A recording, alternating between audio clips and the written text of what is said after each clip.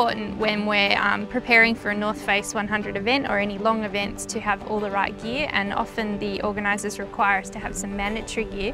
What I'm going to do now is take you through footwear right through to my head and what I would wear on my head. So we'll go through all the gear, and that's the way I would prepare my pack, so to make sure that I've got everything that I need and I'm not going to forget anything. So starting with footwear, you obviously want to wear something that's going to give you the support and cushioning that you need. These ones have had a bit of life. You want something that's got a really grippy sole on it, so I like to have something that I know is not going to move on wet trails at night especially. I like to have a good inner sole in my shoe, which gives me the support that I need and helps to prevent the blisters. Moving further up, this is the attire that I would actually want to be running the event in. So I go for a lightweight, quick drying short, a lightweight, quick drying top that I can layer up if I need to. So that would be what I'd be running in if the day wasn't too cold. If I was getting cold, the first thing that I want to do is to cover my head. There's two options. The one that I love is a buff. So a buff is a lightweight, quick synthetic top that acts like a tube. You can pull it over your head and tuck it in, get a bit hot, pull it down over your neck, and it becomes also a sun shelter. But that one can keep you warm or it can protect you from the sun. And then a beanie, this one is a bit fluffy for my liking, but something warm that you can wear at night.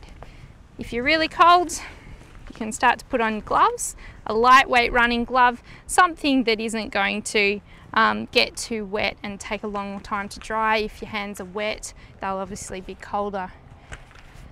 One of the mandatory requirements of the event is a 100 weight fleece. A 100 weight fleece is something that is relatively light.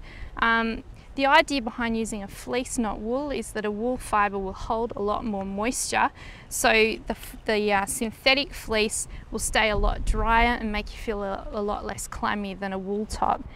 You want it to be relatively firm fitting. If it's too baggy, it won't give you the insulating layer that you're looking for. The other alternative to the 100 weight fleece, which is also a mandatory requirement, is a lightweight synthetic thermal top. Again, it's not wool, it's synthetic. The idea is this needs to be firm fitting. It's a wicking layer which helps to take the moisture away from the skin. So you want something that is definitely the right size and also with long sleeves. I also like to have a collar on mine because it helps to keep it warm. You do need to carry, as part of your mandatory gear, a pair of long thermal pants.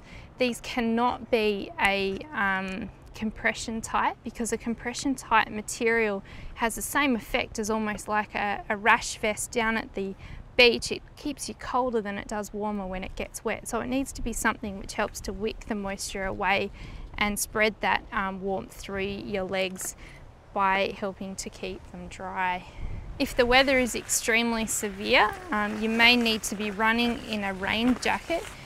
The mandatory gear requirement for the North Face 100 is that it's seam sealed and has a hood. So seam sealed means that the seams are not just sewn, they've also got a seal inside them, so you can't even see the seal. The hood must be able to cover your whole head. It can't just be a small tuck-in hood. And you also want it obviously to be waterproof, so a Gore-Tex material or the equivalent is really important.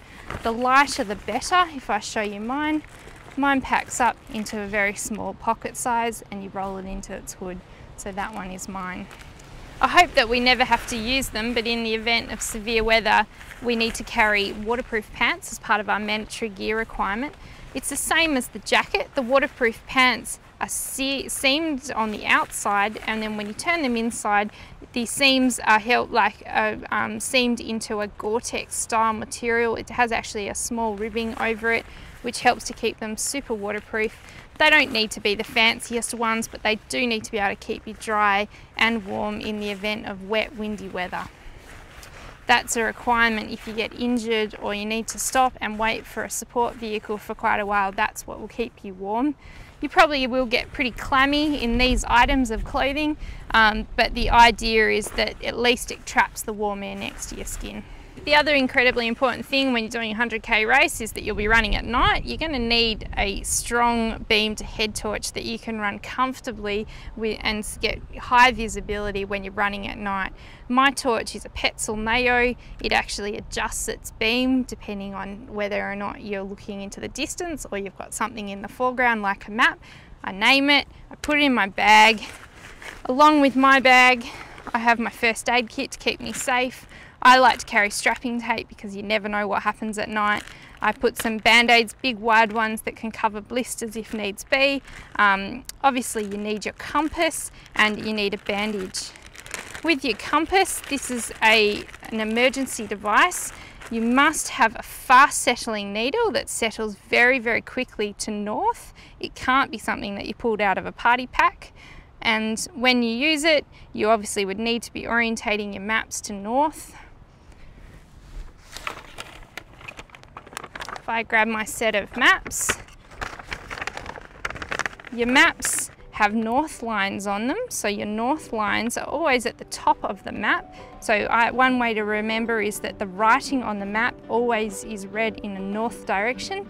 You put your compass onto your map and turn your body so that the needle matches exactly your north lines. It's very, very important not to orientate your map to the white needle, which is south, but the red needle, which is north. So this is the pack that I prefer. The reason why I love it is that it's got 2 water bottle holders and it wraps tightly around my chest. Obviously there are other bags out there.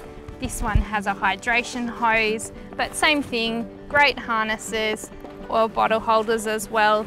It just depends on what fits you and is comfortable when you're running. So that's it guys, that's all the gear. Stay safe, enjoy it, and no doubt I'll see you out there on the trails.